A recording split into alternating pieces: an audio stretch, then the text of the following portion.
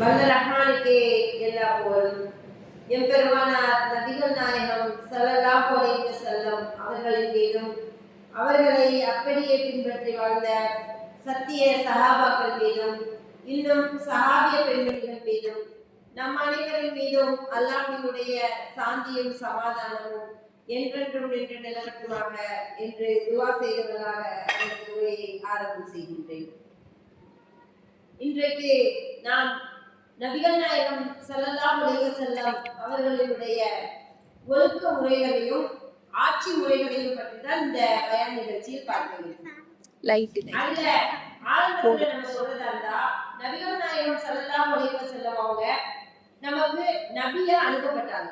அப்படி நபியாக அனுப்பப்பட்ட நபிகள் நாயகம் ஸல்லல்லாஹு அலைஹி வஸல்லம் அவங்களுக்கு இறைவன் பல்வேறு விதமான பொறுப்புகளை கொடுத்தான். ஒண்ணு என்னன்னா ஆன்மீக தலைவர் அப்படிங்கிற ஒரு பொறுப்பையும் ஆட்சி தலைவர் அப்படிங்கிற ஒரு பொறுப்பையும் இறைவன் நபிகள் நாயகம் ஸல்லல்லாஹு அலைஹி வஸல்லம் அவர்களுக்கு வழங்கினார். அதுல அந்த ஆன்மீக தலைவர்கள் இன்றைக்கு சமூகத்துல இருக்கக்கூடிய ஆன்மீக தலைவர்கள் எப்படி இருப்பாங்க அப்படின்னு கேட்டோம்னு சொன்னா அந்த ஆன்மீக தலைவர் அப்படிங்கிற ஒரு பொறுப்புல இருக்கக்கூடியவங்க இன்றைக்கு உள்ள சமூகத்துல எந்த அளவுக்கு பல்வேறு தில்லுமுள்ளான வேலைகளை தான் பார்க்கறாங்க. இன்னைக்கு உதாரணத்துக்கு சொல்றதா தன்னை ஆன்மீக தலைவர்னு காமிச்சுக்கிற ஒரு மனிதர் மாற்று மதத்துல கூட எடுத்துக்கிட்டோன்னு சொன்னா தன்னை ஒரு சாமியார் நான் சொல்றதெல்லாம் நடக்கும், நான் பெரிய எனக்கு சக்தி இருக்கு அப்படின்னா காமிச்சுக்கிடுவோம். காமிச்சுட்டு என்ன செய்யறாரு ஒரு மனிதர் தன்னுடைய வாயிலிருந்து நான் கோல்டு லிங்கம் என்ன செய்யறேன் எடுத்து தாரேன், என்னுடைய பக்தர்களுக்கு எல்லாம் அந்த இதை எடுத்து வாயிலிருந்து தாரேன் அப்படின்னு சொல்லி தர்றாரு. அப்ப தரும்போது அதை என்ன செஞ்சாங்க, பிபிசியில பிடிச்சி ஆய்வு பண்ணும்போது அது இந்த நகைக்கடையில வாங்கினது, இந்த நகைக்கடையினுடைய சீல் அதுல என்ன செய்யுது இருக்கு அப்படின்னு கண்டுபிடிச்சாங்க. அப்ப ஒரு கடவுள் தன்மை இருக்கு எனக்கு, என்னால வாயிலிருந்து தன்னால என்ன செய்ய முடியும், ஒரு தங்கத்தை வரம் வைக்க முடியும் அப்படின்னா அது ஏன் கடையில வாங்கணும்? கடையில வாங்கிக்கணும் அப்படின்னு சொன்னா வாயிலிருந்து கொடுக்கறதுக்கு என்ன அவசியம், கையிலே எடுத்து நம்ம கொடுத்துருக்கலாம் தானே. அப்ப வாயிலிருந்து நம்ம எடுத்து கொடுக்குறோம் அப்படின்னா அதுக்கு என்ன அர்த்தம், எனக்கு இந்த ஆற்றல் இருக்கு, எனக்கு இந்த பவர் இருக்கு அப்படின்னு காமிக்கிறதுக்காக என்ன செய்யறாங்க, செய்யக்கூடியவங்களா இருக்காங்க. அதே போல இன்னைக்கு நம்ம இஸ்லாத்திலேயே நான் என்ன செய்யறாங்க அப்படின்னா ஒரு ஆன்மீக தலைவர் அப்படின்னாலே எனக்கு இந்த பவர் இருக்கு அப்படிங்கிறத காமிக்கணும்னு நினைக்கிறாங்க. இன்னைக்கு சமூகத்துல எவ்வளவு மூட நம்பிக்கைகள் பெருகி இருக்கு. அது இஸ்லாத்திலேயும் இன்னும் மூட நம்பிக்கையில மூழ்கி கிடக்கிற மக்கள் அதிகமான மூட நம்பிக்கையில மூழ்கியே தான் இருக்காங்க. இந்த விஷயத்தை தெரிஞ்சா இது நடக்கும், இந்த தாப்பால் ஆடினா கடன் வரும், அதுல என்ன சயின்ஸ் இருக்கோ அதை சொல்லி தர மாட்டேங்கும், சாயங்காலத்துக்கு மேல தலசினா தர்த்தினியம். இன்னும் பல ஊர்கள்ல அதை விட ரொம்ப மோசமா என்ன சொல்றாங்க, ஒரு கருப்பு நிற ஆடை அணியக்கூடாது, அதாவது பர்தா கருப்பா அணிஞ்சுக்கலாம், உள்ள போடுற ட்ரெஸ் சேலை என்ன செய்யக்கூடாது, கருப்பு சேலை உடுத்தக்கூடாது, வெள்ளை சேலை உடுத்தக்கூடாது, இதெல்லாம் தர்த்தினியம் அப்படிங்கிற மாதிரி ஒரு வார்த்தையை சொல்லி என்ன செய்யறாங்க, வீட்டுல கஷ்டம் வரும் இந்த கருப்பு நிற ஆடைகள் அணிஞ்சா. இதுவுமே எக்ஸ்ட்ரீமா போய் சில ஊர்கள்ல என்ன சொல்றாங்க, கருப்பு காதுகளால கேட்கக்கூடிய விஷயம், கருப்பு ட்ரெஸ் போட்டா அந்த அவங்களோட ஹஸ்பண்ட் ரெண்டாவது திருமணம் முடிச்சிருப்பாங்க வேற பெண்ணு, அதனால கருப்பு கலர் ஆடை அணியக்கூடாது. யார் அணியக்கூடாதுன்னு கேட்டா மருமகம் மட்டும் அணியக்கூடாது, மகள்கள் என்ன செய்யலாம் அணியலாம். அப்ப என்னவா அப்படின்னு கேட்டா அதுதான் வேற வீட்டுக்கு போயிட்டாங்கல்ல வாழ்றதுக்கு, நம்ம வீட்டுக்கு வர்றவங்களுக்கு மட்டும் அந்த ரூல்ஸ் அப்படின்னு சொல்லக்கூடிய மூட நம்பிக்கையில மூழ்கி இருக்கக்கூடிய பல நபர்களை பார்க்கிறோம். இன்னமும் பாருங்க, இந்த 27ஆம் கிழமைன்னு தொழுகும் போது என்ன செய்யறாங்க நிறைய மக்கள் மூட நம்பிக்கையில புது ட்ரெஸ் போட்டு தான் தொழுவணும், புது ஆடை போட்டு தொழுவணும். என்ன காரணம் அப்படின்னு கேட்கும் போது சொல்லக்கூடிய விஷயம் என்னன்னா, சேலையில ஒவ்வொரு நூல் இருக்குல்ல, அந்த ஒவ்வொரு நூலுக்கும் ஒரு நன்மை, புது ட்ரெஸ் போட்டு தொழுலா அப்படிங்கிற ஒரு மூட நம்பிக்கையை விதைக்கவா இல்லையா. ஒரு தொழுகைக்கு நம்ம அல்லாஹ் முன்னாடி நிற்கும் போது தூய்மையானவர்களா நம்மள்ட்ட இருக்க ஆடையில சிறந்த ஆடையை போட்டு நிற்கிறது ஓகே. ஆனா 27ஆம் கிழமை ஒரு விளையாட விஷயம் என்னன்னா, அந்த கடைசி 10 இரவுகளை தேடிக்கோங்கன்னு தானே சொல்றாங்க. அதெல்லாம் ஒற்றைப்படைகள்ல லைலத்துல் கத்ர் இரவை தேடிக்கோங்க நபிகள் நாயகம் ஸல்லல்லாஹு அலைஹி வஸல்லம் சொல்லும்போது நம்ம என்ன செய்யறோம், அதற்கு மாற்றமா ஒரே ஒரு நாள் மட்டும் தொழுதா போதும் தொழுகிறோம். அதுலயே எக்ஸ்ட்ரா என்னெல்லாம் செய்ய முடியுமோ அன்னைக்கு வீட்டுல என்ன செய்யணும், சில முன்னாடி சொரக்காதான் காய்ச்சிட்டு இருந்தாங்க, இப்போ மாறி இருக்கான்னு தெரியல அந்த வழக்கம் ஊர்கள்ல. என்ன செய்வாங்கன்னா கேட்டா ரசூல்லாவுக்கு சொரக்கா பிடிக்கும், அதனால 27ஆம் கிழமை அன்னைக்கு என்ன செய்யணும், சொரக்கா சமைக்கணும் அப்படின்னு சொரக்கா சமைக்கக்கூடிய சமூகமா இருக்கு. அந்த 27 அன்னைக்கு பிள்ளைங்களை பெண்ணா மாதிரி என்ன செய்யறது, ஜோடிச்சு விடுறதுல இருந்து எல்லா விதமான காரியங்களும் இருக்கு. இதை விட எக்ஸ்ட்ரீமா போய் சொல்றதா இருந்தா நம்மளுடைய சமூக மக்கள் ஜோசியக்காரர்கள்ட்ட நிற்கக்கூடியவங்களா இருக்கு. இன்னமும் ஒரு சிலர் என்ன செய்யறாங்க, ஜோசியத்தை நம்புறாங்க, இந்த வசியம் பண்றதை நம்புறாங்க. இந்த மாதிரியான விஷயங்களை எல்லாம் நம்ம பெண்கள் சமூகம் அதிகமா நம்பக்கூடியவங்களா இருக்காங்க. ரீசன்ட் டைம்ல நம்ம பார்த்தோம்னா ஒரு இஸ்லாமிய பெண்மணி, அந்த பெண்மணி என்ன சொல்லுதுன்னா தனக்கு ஒரு ஆன்மீகவாதியும் காமிக்கக்கூடியவங்க என்ன செய்வாங்க, எனக்கு சக்தி இருக்கு. இன்னும் சிலர் என்ன செய்வாங்க, நான் சொன்னா அல்லா கேட்போம் அப்படிங்கிற மாதிரியான ஒரு கெப்பாசிட்டியில தானே அவங்க வந்து எல்லா விதமான விஷயங்களையும் நம்மகிட்ட கொடுத்துட்டாங்க. ஒரு குழவைக்கல் தெரியுமா, நம்ம அம்மிக்கு மேல போட்டு அரைப்போங்க, குழவிதான் அதுக்கு பேரு. அந்த குழவிக்கல்ல வச்சிருக்கு, நடுவுல வச்சுட்டு ஒரு அம்மா வந்து நல்ல முஸ்லீம் அம்மா சாலக்கில தலையையும் போட்டுக்கிச்சு, போட்டு உட்காந்துட்டு அந்த அம்மாட்ட எல்லாரும் குறி கேட்க வராங்க. யார்கிட்ட, முஸ்லீம் அம்மா. அது வந்து சொல்றது குறி சொல்லிட்டு என்ன செய்யுதுன்னு கேட்டா அந்த குழவி மேல உட்கார சொல்லுது. ஒரு அம்மா வந்து கேட்கு, நான் வீடு கெட்டுவேனா மாட்டேனா அப்படின்னு. இது யார்கிட்ட கேட்கணும், இறைவன்ட்டு எனக்கு வீட்டை தான் கேட்கலாம். ஆனா என்ன செய்யுது, ஒரு மனிதன்கிட்ட வந்து கேட்குது. கேட்குது, அது மேல ஏறி உட்கார சொல்றாங்க. உட்கார்ந்து சொன்ன உடனே அது வந்து என்ன செய்யுமா, வலது பக்கமா இப்படியே ரொட்டேட் ஆச்சு அப்படின்னா வீடு கட்டிடுவாங்க. இடது பக்கமா அந்த குழந்தை திரும்பிச்சு அப்படின்னா கட்ட மாட்டாங்க. அதுவே ஏற்கனவே அந்த இடத்துல மூவ் பண்றதுக்கு ஏதோ ஒண்ணு வச்சிருக்கு, வச்சுதான் அந்த குழந்தைய வந்து மேல தூக்கி வச்சிருக்கு. அப்போ அவங்க உட்கார்ந்த உடனே இவங்க வீடு கட்டுவாங்களா மாட்டாங்களா. உடனே அது என்ன செய்யுது, இப்படி திரும்பும் போது அந்த அம்மா கேட்டு, நானா திருப்பினா இல்ல நீங்களா திருப்பினீங்களா இல்ல அதுவா திரும்புனான்னு கேட்டு, உடனே அதுக்கு அது மேல ஏறி உட்காந்துக்கோங்க, அதுவாதான் திரும்புது, நான் திருப்ப அப்படின்னு சொல்லி என்ன செய்யறாங்க, சொன்ன உடனே அதுவா திரும்புறது ஒரு அதிசயமா. இன்னைக்குள்ள டெக்னாலஜில ஒரு குழந்தை தன்னால திரும்புறது ஒரு அபூர்வம்னு சொல்லி நம்ம மக்கள் என்ன செய்யறாங்க. உடனே அந்த லேடி சொல்லுது, நீ வீடு கட்ட மாட்ட, இந்த பக்கமா குழந்தை திரும்பினதுனால நீ வீடு கட்ட மாட்ட. அடுத்து இன்னொரு லேடி இன்னொரு பிரச்சனையை கொடுக்குது. இப்படியே ஒவ்வொருத்தவங்களாம் என்ன செய்யறாங்க, அதே ஒரே ப்ரொசீஜர் எல்லாரும் அந்த குழந்தைகளை தான் ஏறணும். நடக்குமா நடக்காதா அப்படின்னு என்னது, ரெண்டு ஆப்ஷன், அந்த 2 ஆப்ஷனையும் என்ன செய்யறாங்க, தெளிவா அந்த குழந்தை ஏறுவாங்க பண்றாங்க. அப்ப எவ்வளவு ஒரு மூட நம்பிக்கையான ஒரு சமூகமா நம்ம இருக்காங்க. இன்னும் வந்து மகன் வந்து மருமக பேச்ச கேட்கிறாரு அப்படின்னா மாமியார்கள் வாயிலிருந்து வரக்கூடிய வார்த்தை என்ன, சூனியம். என் மருமக என்ன செஞ்சிருச்சு, சூனியம் வச்சிருச்சு. நம்ம ஊர்கள்ல அது கொஞ்சம் குறைவுதான் நினைக்கிறேன், மற்ற ஊர்களை கம்பேர் பண்ணும்போது நம்ம ஊர்ல கொஞ்சம் குறைவுதான். இந்த சூனியம் வச்சுட்டோம் என்னதுன்னு தெரியும், நம்ம வாயில முதல்ல வரக்கூடிய வார்த்தை என்னது, சூனியம் வச்சுட்டாங்க அப்படிம்போம். அப்ப சூனியம்னு ஒண்ணு உண்டா, இஸ்லாம் சூனியத்தை ஆதரிக்குதா அப்படின்னு கேட்டா கண்டிப்பா கிடையாது. ஏன்னா ஒரு மனிதனால இன்னொரு மனிதனுக்கு அவனுக்கு இனிமே வாழ்க்கையில நடக்க போற ஒரு விஷயத்த நாளைக்கு என்ன நடக்க போகுதுன்னு இன்னொரு மனசை தீர்மானிக்க முடியும் அப்படின்னா அது யாரினுடைய தன்மை, இறைவனுடைய தன்மை. அப்ப இறைவனுடைய ஆற்றல்களோ பண்புகளோ வேறு எந்த பொருளுக்கோ வேறு மனிதனுக்கோ இருக்குன்னு நம்ம நம்பணும் அப்படின்னு சொன்னா அதுக்கு பேர் என்னது, இணை வைப்பு. அப்ப சூரியன் இருக்குன்னு நம்ம நம்பணும்னா அது இல்லைதான், இணை வைப்பு தான். ஏன், நமக்கு நன்மை செய்யக்கூடிய ஆற்றலும் தீமை செய்யக்கூடிய ஆற்றலும் எந்த மனிதனுக்கும் கிடையாது, இறைவனுக்கு மட்டும்தான் உண்டுங்கிறத நம்ம நம்பணும். அப்ப இப்படி தன்னை ஆன்மீகவாதிங்கிற பேர்ல என்னென்னலாம் குளறுபடிகள் பண்ணணுமோ என்னென்னலாம் பொய் சொல்லணுமோ சொல்லிக்கிட்டு இருக்க இந்த சமுதாயத்திற்கு மத்தியில நபிகள் நாயகம் ஸல்லல்லாஹு அலைஹி வஸல்லம் அவங்க தன்னுடைய வாழ்க்கையை எப்படி அமைச்சாங்க, தன்னுடைய 23 வருட கால பிரச்சாரத்தின் மூலமாக அறியாமையிலேயே அறியாம அப்படி ஒரு அறியாமையில கிடந்த சமூகத்தை மீட்டெடுத்து கொண்டு வந்தாங்க. அல்லாஹ்வினுடைய நாட்டுப்படி நபிகள் நாயகம் ஸல்லல்லாஹு அலைஹி வஸல்லம் அவங்க தன்னுடைய பிரச்சாரத்தின் மூலமா எப்படிப்பட்ட மக்கள்னு கேட்டா, ஹஜ்ஜுக்கு போகும்போது என்ன செய்வாங்க, முன்வாசல் வழியா போவாங்க, திரும்ப வரும்போது அந்த முன்வாசல் வழியா நுழைய மாட்டாங்க, பின்வாசல் வழியா நுழைவாங்க. என்ன காரணம்னு கேட்டா, நம்ம கஷ்டமெல்லாம் விட்டு போச்சு ஹஜ்ஜுக்கு போவோமா, திரும்ப அதை இழுத்துட்டு வருவோம் அப்படின்னு ஒரு மூட நம்பிக்கை. அதே போல காபத்துல்லாவை நிர்வாணமா தவாப் செஞ்சாங்க. இப்படி பல மூட நம்பிக்கைகள்ல என்ன செஞ்சாங்க, காபத்துல்லாவுல சிலைகளை வச்சு வணங்கினாங்க. இப்படி பல மூட நம்பிக்கைகளுக்கு மத்தியில இருந்த அந்த ஒரு சமூகத்தையே என்ன செஞ்சாங்க, நபிகள் நாயகம் ஸல்லல்லாஹு அலைஹி வஸல்லம் அவங்க தன்னுடைய 23 வருட கால பிரச்சாரத்தின் மூலம் ஈர்த்து கொண்டு வந்தாங்க. அப்ப ரசூலுல்லாஹ்வுடைய பிரச்சாரம் வந்து எப்படி இருந்தது, தன்னுடைய வாழ்க்கையவே நபிகள் நாயகம் கொண்டு வந்தாங்க. எனக்கு சக்தி இருக்கு, எனக்கு ஆற்றல் இருக்கு அப்படின்னா ஒவ்வொரு மனிதர்களும் இன்னைக்கு ஆன்மீகவாதிகளை தண்ணின் பக்கம் இருக்காங்க. ஆனா நபிகள் நாயகம் ஸல்லல்லாஹு அலைஹி வஸல்லம் அவங்க மட்டும்தான் என்னன்னு சொல்லி கூப்பிட்டாங்க தெரியுமா மக்களை?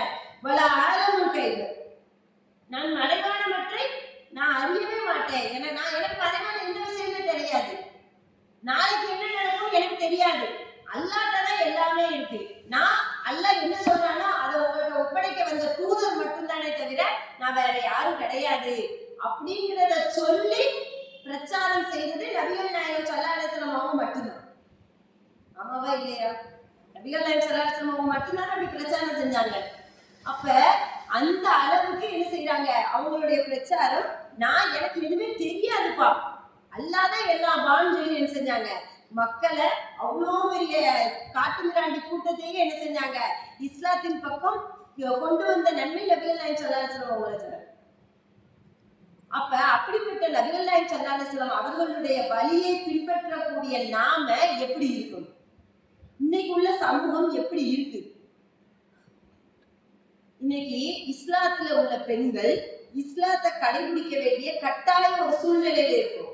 ஏன்னா சமூகம் அவ்வளவு மோசமான சூழ்நிலையை நோக்கி போய்கிட்டு இருக்கு. இன்னைக்கு ஒரு லேடி சொல்லுது, இன்னாருக்கு ஓட்டு போடலைன்னா, எங்க அண்ணனுக்கு ஓட்டு போடலைன்னா என் கணவரை நான் விச வச்சு கொள்ளுவேன். சொல்லுதா இல்லையா? எப்படி ஹிஜாபோட வராங்க, ஹிஜாபோட வந்துட்டு எங்க அண்ணனுக்கு, யார் அண்ணன்? கூட பிறந்தவங்க மட்டும்தான் அண்ணன். பெரியமா பையனா இருந்தாலும் சின்னமா பையனா இருந்தாலும் அண்ணனாக முடியாது. அண்ணனை கூப்பிட்டுக்கிடலாமே தவிர அவங்க மகனமானவங்களா கிடையாது. அப்படிதான் நம்மளுடைய இஸ்லாமிய மார்க்கம் நமக்கு கற்றுக் கொடுக்குது. ஆனா நபி வழியை இவ்வளவு கற்றுக்கொள்ள வேண்டிய ஒரு சூழ்நிலையில இருக்க ஒரு சமூகத்து பெண்கள், எங்க அண்ணனுக்கு நீ ஓட்டு போடலைன்னா கூட பிறந்தவங்க கூட இவ்வளவு சப்போர்ட் பண்ண மாட்டாங்க போல. ஒரு குறிப்பிட்ட நடிகர் பேரை சொல்லிட்டு இந்த நடிகருக்கு ஓட்டு போடலைன்னா நான் என்ன செய்வேன், என் ஹஸ்பண்டுக்கு வெஸ்த வைப்பேன். இன்னொன்னு என்னன்னா, வேன்ல இப்படி போறாப்ல, வேன்ல இப்படி போறத கூட்டு வந்து காமிக்கிறது யாரு? ஹஸ்பண்ட். அந்த நடிகரை பார்க்க கூட்டிட்டு வர்றது ஹஸ்பண்ட். கூட்டிட்டு வந்து காமிக்கும் போது அந்த வேன்ல போற ஆளை இங்க இருந்து கண்ணாடி, வெளியில இருந்து கண்ணாடியில திரும்ப முகம் தெரியுமா அதை பார்த்துச்சான். பார்த்துட்டு ரோட்ல வச்சு ஜம்ப் பண்ணி ஆடுது. முகமுடி போட்டிருக்கு, மக்கண்ணா போட்டிருக்கு, பர்தா போட்டிருக்கு. அப்ப நம்மளுடைய இஸ்லாத்துல பர்தா போடணும்னு தெரிஞ்ச நம்மளுடைய தாய்மார்களுக்கு எதை செய்யணும், எதை செய்யக்கூடாது, யாரை பின்பற்றணும், யாரை பின்பற்றக்கூடாது, யாருக்கு ரசிகரா நம்ம இருக்கணும், யாருக்கு ரசிகரா இருக்கக்கூடாது, இப்படி எந்த விதமான விஷயங்களும் தெரியும்.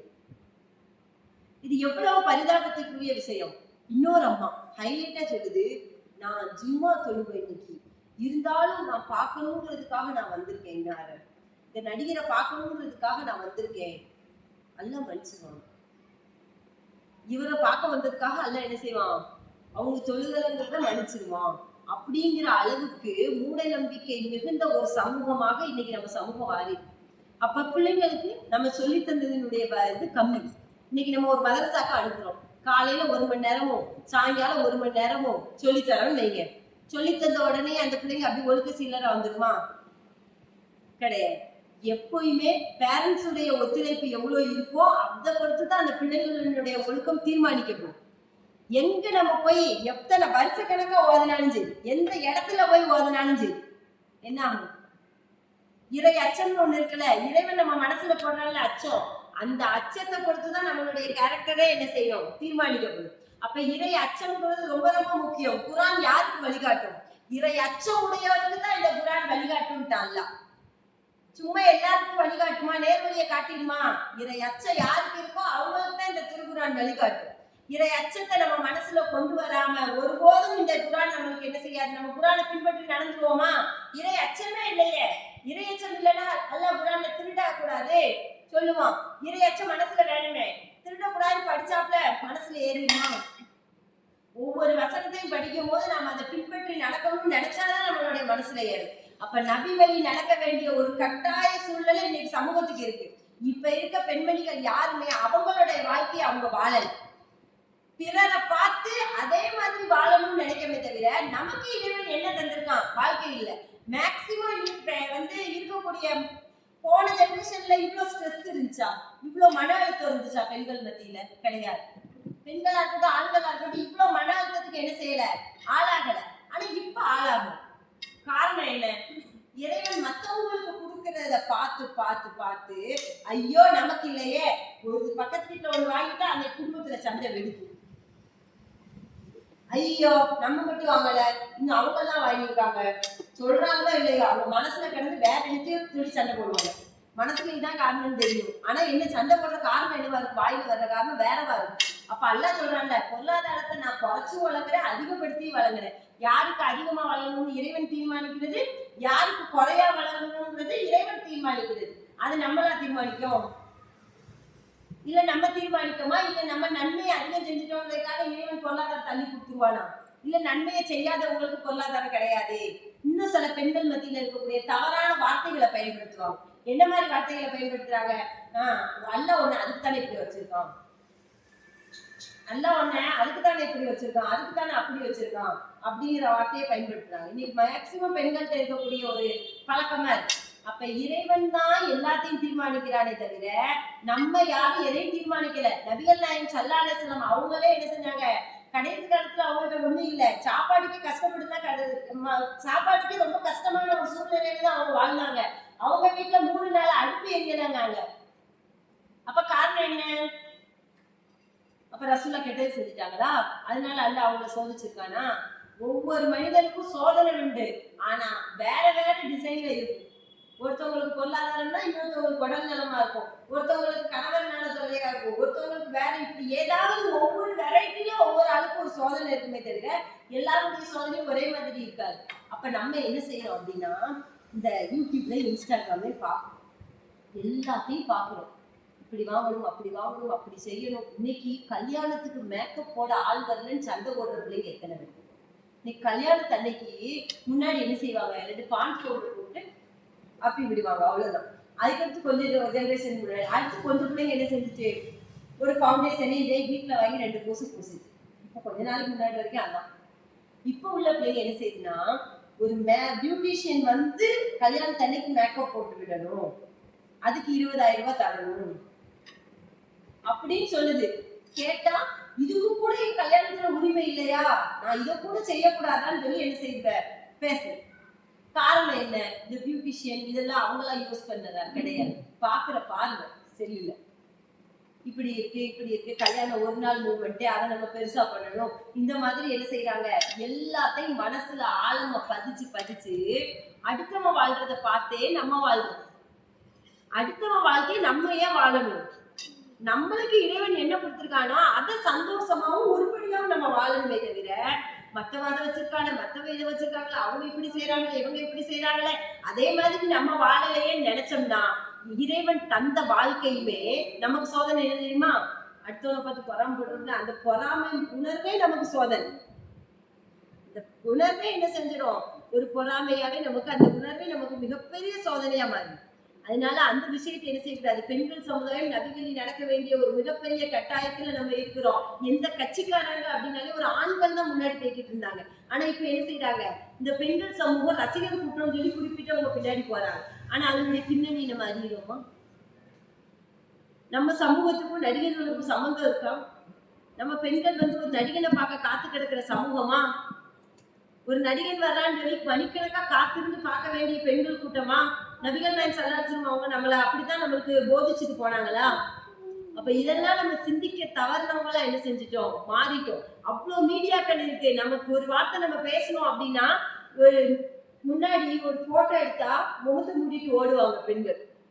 போட்டோ எடுக்கவே என்ன செய்வாங்க, கூச்சப்படக்கூடிய சமூகத்துல நம்ம இருந்தோம். ஆனா இன்னைக்கு இவ்வளோ மீடியாக்கள்ல போகும் நம்ம பேசுறது, இவ்வளோ பேர் நம்ம பேசுறத பாப்பாங்கன்னு தெரிஞ்சோம். எனக்கு என் கணவரை விடவும் என் தாய் தந்தையை விடவும் இந்த நடிகன் தான் முக்கியம்னு வாய்க்கு சொல்ல வச்சிருக்குல்ல இந்த சமூகம். அப்ப இந்த சமூகத்துல 1000 பிரச்சனைகள் இருக்கு. ஆனா அந்த இஸ்லாமிய பெண்கள் அதையெல்லாம் தன்னுடைய மனசுல என்ன செய்யக்கூடாது, ஒருபோதும் ஏந்தவே கூடாது. நபிகள் நாயகம் ஸல்லல்லாஹு அலைஹி வஸல்லம் அவங்க என்ன கற்றுத் தந்தார்களோ அதை மட்டும்தான் நம்ம செய்யணும். நபிகள் நாயகம் ஸல்லல்லாஹு அலைஹி வஸல்லம் அவங்க ஆட்சி தலைவராகவே இருந்தாலும் எப்படிப்பட்ட ஆட்சி தலைவரா இருந்தாங்க? இன்றைக்கு மாதிரி ஆட்சி தலைவரா இருந்தாங்களா? தன்னுடைய மக்கள் விஷயத்துல அவ்வளவு கண்ணு கருத்துமா இருந்தாங்க. எந்த அளவுக்கு அப்படின்னா, தன்னுடைய மக்களுக்கு ஒரு பொருளை கொடுக்குறாங்க, அந்த ஊர்ல ஒரு வியாபாரம் நடக்கும் வைங்க, ரசூலுல்லாஹ் வந்து மதீனாவுக்கு வந்ததுக்கு அப்புறம் தான் ஆட்சியாளர். 10 வருடமா மதீனா நகரை ஆட்சி பண்ணாங்க. அப்ப என்ன செய்யறாங்க அப்படின்னா, அவங்க வந்து தன்னுடைய மக்களுக்கு ஒரு பொருளை கொடுக்கணும்னா கூட அவ்வளவு ஒரு பாதுகாப்பு பார்ப்பாங்க அந்த பொருள் விஷயத்துல. ரோட்ல நடந்து போய்கிட்டு இருக்காங்க, அப்ப சாலை ஓரத்துல என்ன செய்யறாங்கன்னா கோதுமை வியாபாரம் பார்த்துட்டு இருக்காங்க. உடனே ரசூலா என்ன செய்யறாங்கன்னா அதை ஒரு விரல விட்டு சோதிச்சு பார்க்காங்க. ஈரமா இருக்கு கோதுமை, ஈரமா இருந்தா என்ன ஆகும், வெயிட் எடை கூடும் ஈரமான பொருளுக்கு.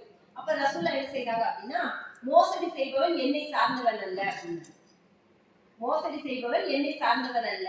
அப்போ ஒரு மக்களுக்கு ஒரு பொருளை கொடுக்கறதுல கூட ஆட்சியாளரா என்ன செய்யறாங்க, கரெக்டா இருக்காங்க, மக்களுக்கு கரெக்டா கொடுக்கணும்.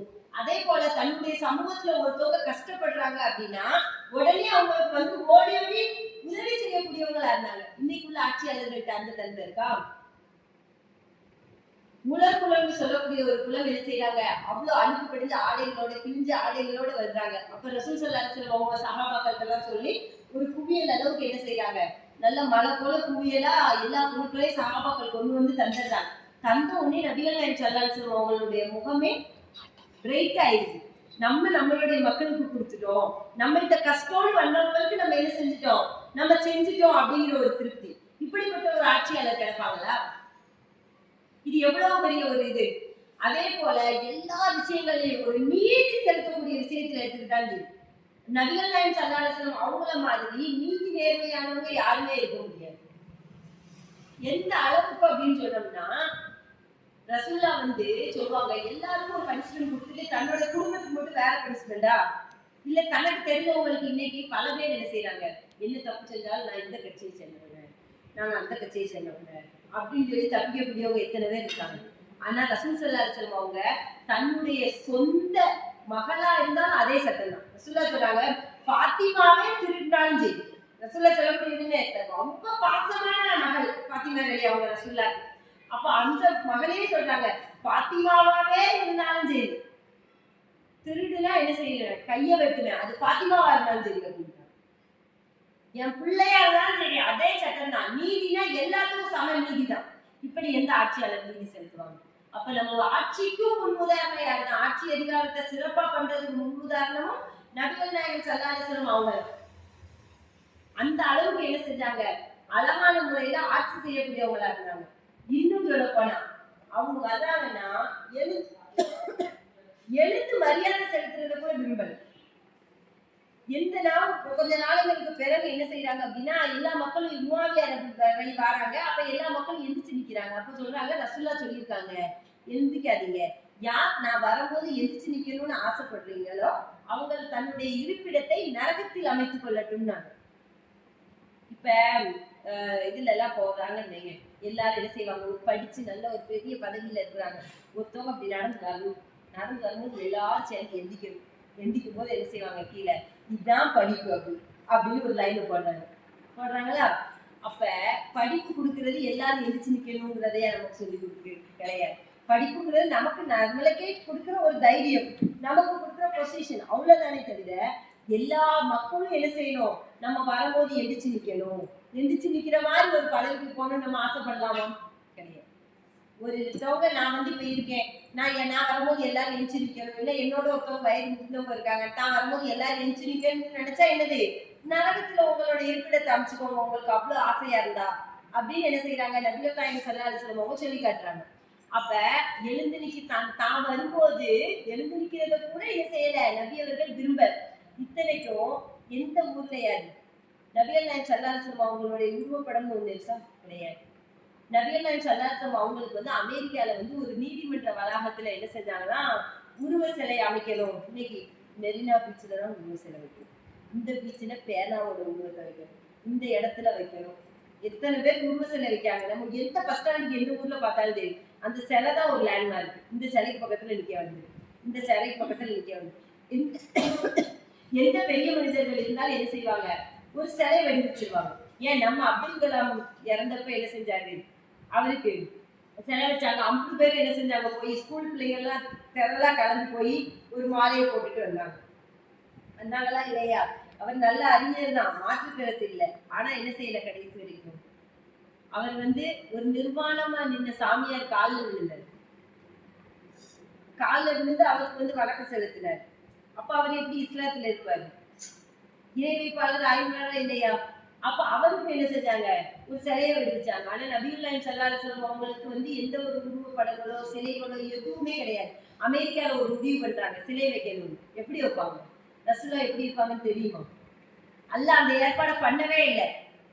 சிலை உருவம் பண்ண முடியாது. ஆனா என்ன செய்வாங்க அப்படின்னு கேட்டா, திருவள்ளுவர் சிலை பார்த்திருக்கீங்களா? திருவள்ளுவர் சிலை எப்படி இருக்கும்? திருவள்ளுவர் எப்படி இருப்பாரு? சிலை இல்ல, திருவள்ளுவரே எப்படி இருப்பாரு? தாடி வச்சு தாடி வச்சிருப்பாரு, வேற கையில ஓலைச்சுவடி வச்சிருப்பாரு, சவணம் போட்டிருப்பாரு, இங்கே கூடி ஒரு துணி துணி மாதிரி கட்டியிருப்பாரு. இது நமக்கு தெரியும்.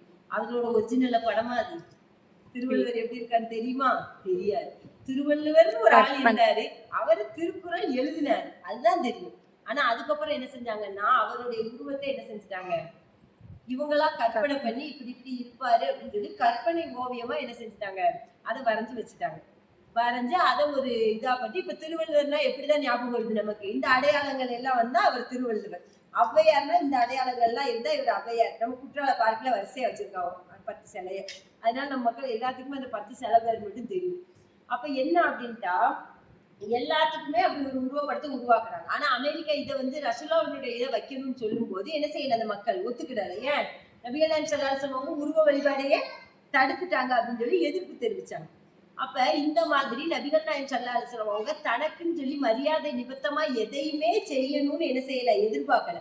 ஆனா இன்னைக்கு உள்ள ஆட்சியாளர்கள் அப்படி இருக்காங்களா? ஒரு பயணம், ஒரு போர்க்களத்துக்கு போறாங்க. போர்க்களத்துக்கு போகும்போது கூட நபிகள் நாயகம் ஸல்லல்லாஹு அலைஹி வஸல்லம் அவங்க ஒரு போர்ல என்ன பண்றாங்கன்னா, வாகனம் கம்மியா இருக்கு, மக்கள் நிறைய இருக்காங்க. என்ன ஆகுது, ஒரு வாகனத்துல 3 பேர் போகணும். 3 பேர் ஒரே இதுல ஏற முடியுமா? ஒட்டகத்துல முடியாது. அப்ப என்ன செய்வாங்க அப்படின்னா 2 பேர் ஏறிட்டு இன்னும் ஒரு ஆள் தள்ளிட்டு வருவாங்க. அடுத்து ஒரு ஆள் இறங்கிட்டு கீழே இருக்கிறவங்க ஏறிடுவாங்க. இப்படியே வரும். அப்ப முதல்ல ஒரு சஹாபி வந்து தள்ளிட்டு வராரு. திரும்ப ஒரு குறிப்பிட்ட தூரம் இழுத்துட்டு வந்ததுக்கு அப்புறம் அவங்க இறங்கி இன்னொரு சஹாபி இறங்கி தள்ளுறாங்க. அதுக்கடுத்து கொஞ்சம் தூரம் வந்ததுக்கு அப்புறம் அவங்க இறங்கிட்டா மூணாவது யார் இறங்கணும்? ரசூல்லா தானே இறங்கணும் மேல இருந்து. ஆனா ரசூல்லா என்ன செஞ்சாங்க, இறங்கி இழுத்துட்டு தான் வந்தாங்க. அப்ப அந்த சஹாபாக்கெல்லாம் வேண்டாம்னு சொல்லி ரசூல்லா கேட்டாங்களா? கிடையாது. அப்ப தனக்குன்னு ஒரு டைம் வரும்போது அவங்களுடைய வேலையை அவங்க என்ன செஞ்சாங்க, சரியான முறையில பார்க்கக்கூடியவங்களா இருந்தாங்க. இன்னைக்கு இங்க இருந்து போகணும்னா தனி பிளைட், மக்களோட மக்களா வாழ்ற ஆட்சியாளர்களே இல்லை. இன்னைக்கு என்ன ஆயிடுது, ஒரு தனி பிளைட் பிடிக்கணும், தனி பிளைட்டு, தனக்குன்னு அதுக்குன்னு தனி கோட்டு, இப்படி எல்லாமே. இன்னும் சொல்ல போனா ஒரு போர்க்களம், இன்னைக்கு அமெரிக்கா குண்டு போடுதுன்னு வைங்க, குண்டு போடும்போது அந்த ஜனாதிபதி எங்க வைப்பாங்க, ஒரு பதுங்கு குழியில வச்சிருவாங்க. பதுங்கு குழி தனியா எப்பயுமே என்ன செய்யும், அவங்களுக்குன்னு இருக்கும். அதுல எல்லா ஏற்பாடுகளுமே என்ன செஞ்சிருப்பாங்க, பண்ணி வச்சிருப்பாங்க. அந்த பதுங்கு குழிக்குள்ள வந்து என்ன செஞ்சிருவாங்க, வச்சிருப்பாங்க. எவ்வளவு பெரிய அணுகுண்டு போட்டாலும் சரி அந்த பதுங்கு குழிக்குள்ள என்ன செய்யாது, அது வந்து வராது, அவங்கள பாதிக்கவும் செய்யாது. அவங்களோட உயிருக்கு சேஃபா அவங்க ஜனாதிபதி என்ன செஞ்சிருவாங்க, உள்ள வந்துருவாங்க. ஆனா நபிகள் நாயகம் ஸல்லல்லாஹு அலைஹி வஸல்லம் அவங்க அப்படி இருந்தாங்களா? கிடையாது. மக்களோட மக்களா போர்க்களத்துல என்ன செஞ்சாங்க, நின்னாங்க. போர்க்களத்துல நின்று அவங்க போரிட்டாங்க. ஆமாவா இல்லையா? இன்னும் உகது போர்க்களத்துலலாம் அவங்க காயம் விட்டுறதால செய்திகள் இருக்கு. அப்ப மக்களோடு மக்களா வாழ்ற தன்மை, தன்னுடைய மக்களை விட்டுட்டு ஒரு வாய் சாப்பிட்டுருப்பாங்களா? தன்னுடைய மக்கள் பட்னியா கிடக்கும் போது ரசூலா சாப்பிட்டாங்களா? கிடையாது. அகல் போர்க்களம் ரொம்ப கஷ்டமான ஒரு காலகட்டம். சுத்தி என்ன செய்யணும், ஒரு சஹாபி ஐடியா கொடுக்குறாங்க, சுத்தி வந்து குழிய தோண்டுங்க. அப்ப ஒவ்வொருத்தவங்களா வரும்போது என்ன செய்யணும், இறங்கி தானே ஏறணும், அந்த கேப்ல நம்ம அடிச்சிடலாம் அப்படின்னு. அப்ப குழிய தோண்டணும்னா மிஷின் வச்சா தோண்ட முடியும்? எல்லாரும் கையாலும் என்ன செய்யறாங்க, வன்வெட்டி அந்த மாதிரி திங்ஸை யூஸ் பண்ணி அவங்க இது பண்றாங்க. அப்ப ஒரு வேலை அவ்வளோ ஆளும் வேலை பார்க்கணும்னா இன்னைக்கு இங்க இருந்து இங்க நடந்து வரோம். எனக்கு ஒரு லெமன் ஜூஸ், ஒரு மாதுளம்பழ ஜூஸ், எத்தனை ஜூஸ் இந்த வெயில்ல, ஆமாவா இல்லையா? எல்லா ஜூஸும் குடிச்சிடறோம். சாயங்காலம் ஆனா வெறும் டீ குடிக்க முடியுதா? 2 வடையை வாங்குறோம், 2 முறுக்கை வாங்குறோம், ஏதாவது ஒண்ணு, 2 பிஸ்கட் பேக்கெட்டு, எதுவும் இல்லாம நம்மளால என்ன செய்ய முடியல, குடிக்க முடியல. எப்படி நம்ம சும்மாவே வீட்டுல இருந்தாலும் கூட நம்மளால அந்தந்த டைமுக்கு என்ன செய்யறோம், ஸ்நாக்ஸ் சாப்பாடு எல்லாமே வேணும்னு நினைக்கிறோம். அவ்வளோ ஒரு ஹார்டான வேலையை பார்த்துட்டு சாப்பிடணும்னு நினைப்பாங்களா இல்லையா? பசிக்குமா இல்லையா? இப்ப சஹாபாக்கள் தானே சாப்பாடு இல்லை. அப்ப சஹாபாக்கள் ரசூலுல்லாஹ் சொல்றாங்க, நாங்க கல்லை கட்டியிருக்கோம் பசினால, ஒரு கல்லை எடுத்து நாங்க வயிற்றுல கட்டியிருக்கோம் அப்படின்னு சொல்லும்போது ரசூலுல்லாஹ் சொல்றாங்க, நான் 2 கல்லை கட்டியிருக்கேன். அப்ப இந்த சிச்சுவேஷன்ல மக்கள் பட்டினியா இருந்தா ரசூலுல்லாஹ்வுக்கு என்னது இல்ல, சாப்பாடு இல்ல. அதுக்கடி ஏன் இப்ப ஜனாதிபதி அப்படிங்கிறதுனால அவங்க மட்டும் சாப்பிட்டுக்கலாம் தானே. அப்ப அந்த டைமிங்ல ஜாபர் அலி வராங்க.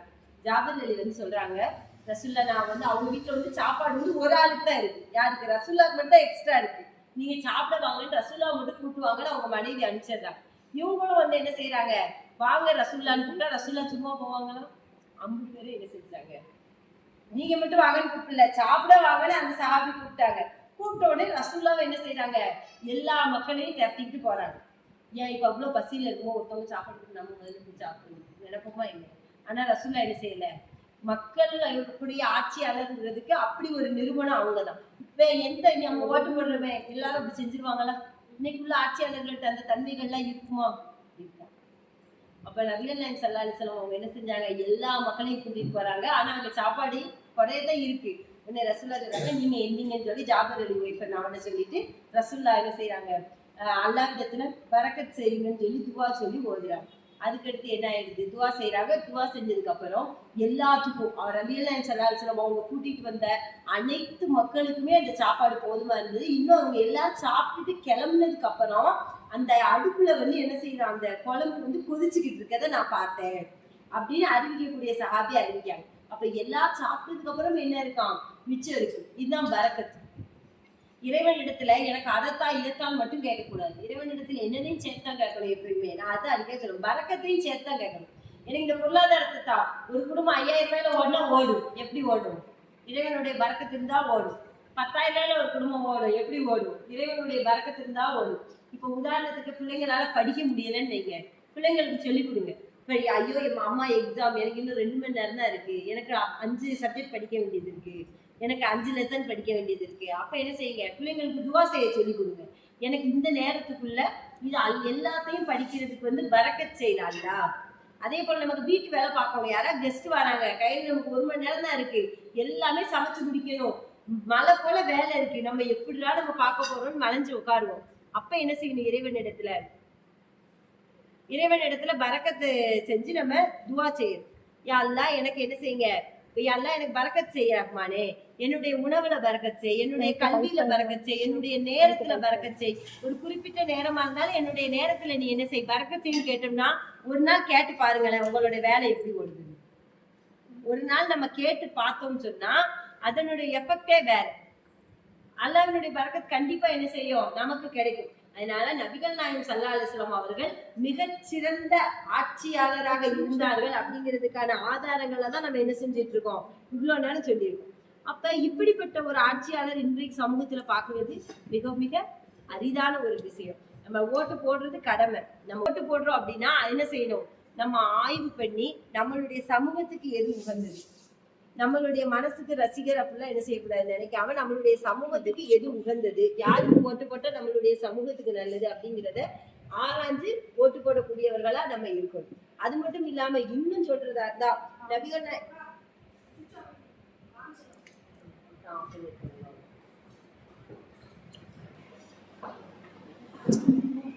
இது நம்ம வந்து ஒரு நபிமார்களினுடைய வரலாறுகளும் நபிகள் நாயகம் ஸல்லல்லாஹு அலைஹி வஸல்லம் அவர்களுடைய வாழ்க்கையே நமக்கு எதற்காக பாடமா நம்மளுடைய கைகள்ல இருக்கு அப்படின்னா, நம்ம அதன்படி நடைபெறணும் அப்படிங்கிறதுக்காக. இந்த இஸ்லாமிய மார்க்கம் அப்படிங்கிறது மதம் கிடையாது, மார்க்கம். நம்ம காலையில எந்திரிச்சதுல இருந்து நைட்டு வரைக்கும் என்ன செய்யணும், நம்மளுடைய வாழ்க்கையில என்ன செய்யணும் செய்யக்கூடாதுன்னு எல்லாத்தையுமே போதிச்சிருச்சு. அதே போலதான் ஒரு ஆட்சியாளராக இருந்தா ஒரு எப்படி முன்மாதிரியா திகழணும் அப்படிங்கிறதுக்கு முன்மாதிரியா நபிகள் நாயகம் ஸல்லல்லாஹு அலைஹி வஸல்லம் அவங்க திகழ்ந்தாங்க. அப்ப அப்படிப்பட்ட ஒரு ஆட்சியாளர்களாக தான் இன்றைய ஆட்சியாளர்கள் உருவாகணும் அப்படிங்கிறதுக்கு முன்மாதிரியா நபிகள் நாயகம் ஸல்லல்லாஹு அலைஹி வஸல்லம் அவங்க நம்மள்ட்ட ஆட்சியாளராக என்ன செஞ்சுட்டாங்க, வாழ்ந்து காமிச்சிட்டாங்க. இன்னைக்கு நம்ம பிள்ளைங்கள்ல யாராவது வந்து நான் டாக்டர் ஆக போறேன்னா சந்தோஷப்படுவோம், இன்ஜினியர் ஆக போறேன்னா சந்தோஷப்படுவோம், வேற டீச்சர் ஆக போறேன்னா சந்தோஷப்படுவோம். ஆனா அரசியல்வாதி ஆக போறேன்னா நம்ம பயப்படுவோம். அந்த பயம்ங்கிறது நம்மள்ட்ட எல்லாத்துட்டும் என்ன செய்யுது, வந்துடும். காரணம் என்ன அப்படின்னா இன்னைக்கு உள்ள அரசியல் எப்படி இருக்கோ அதை பொறுத்து நம்மளுடைய பயமும் அதோட வந்துருச்சு. ஆனா நபிகள் நாயகம் ஸல்லல்லாஹு அலைஹி வஸல்லம் ஆனா இது நல்ல ஃபீல்டு தான், கெட்ட ஃபீல்டு கிடையாது. ஆனாலும் நம்ம பயப்படுறதுக்கான காரணம் இன்றைய அரசியல் சூழல் சரியில்லாது. அப்ப நம்மளுடைய குழந்தைகள்கிட்ட நபிகள் நாயகம் ஸல்லல்லாஹு அலைஹி வஸல்லம் அவர்களுடைய ஆட்சி முறையையும் என்ன செய்யணும், சொல்லி வளர்க்கணும். அப்ப நம்மளுடைய இஸ்லாத்துல இருந்து வரக்கூடியவர்கள் நாளைக்கு இந்த ஆட்சி முறையை பின்பற்றக்கூடியவராக நபிகள் நாயகம் ஸல்லல்லாஹு அலைஹி வஸல்லம் அவர்களுடைய ஆளுமை திறமை எப்படி இருந்துச்சோ, நாட்டை எப்படி ஆண்டாங்க, தன்னுடைய குடும்பத்தை எப்படி மேனேஜ் பண்ணாங்க, தன்னுடைய உறவினர்களை எப்படி மேனேஜ் பண்ணாங்க. இப்படி எல்லா ஆளுமை திறமைகளையும் நாம கத்துக்கிட வேண்டிய ஒரே இடம் யாருன்னா நபிகள் நாயகம் ஸல்லல்லாஹு அலைஹி வஸல்லம் அவங்கள்ட்ட இருந்துதான். அப்ப நபிகள் நாயகம் ஸல்லல்லாஹு அலைஹி வஸல்லம் அவர்களிடம் இருந்து அனைத்து ஆளுமை திறமைகளையும் கற்றுக்கொண்டு நாமும் அதன்படி நடப்போமாக என்று துவா செய்தவளாக எனது உரையை நிறைவு செய்கிறேன். வாஹி தவானா அல்ஹம்துலில்லாஹி ரப்பில் ஆலமீன். அஸ்ஸலாமு அலைக்கும்.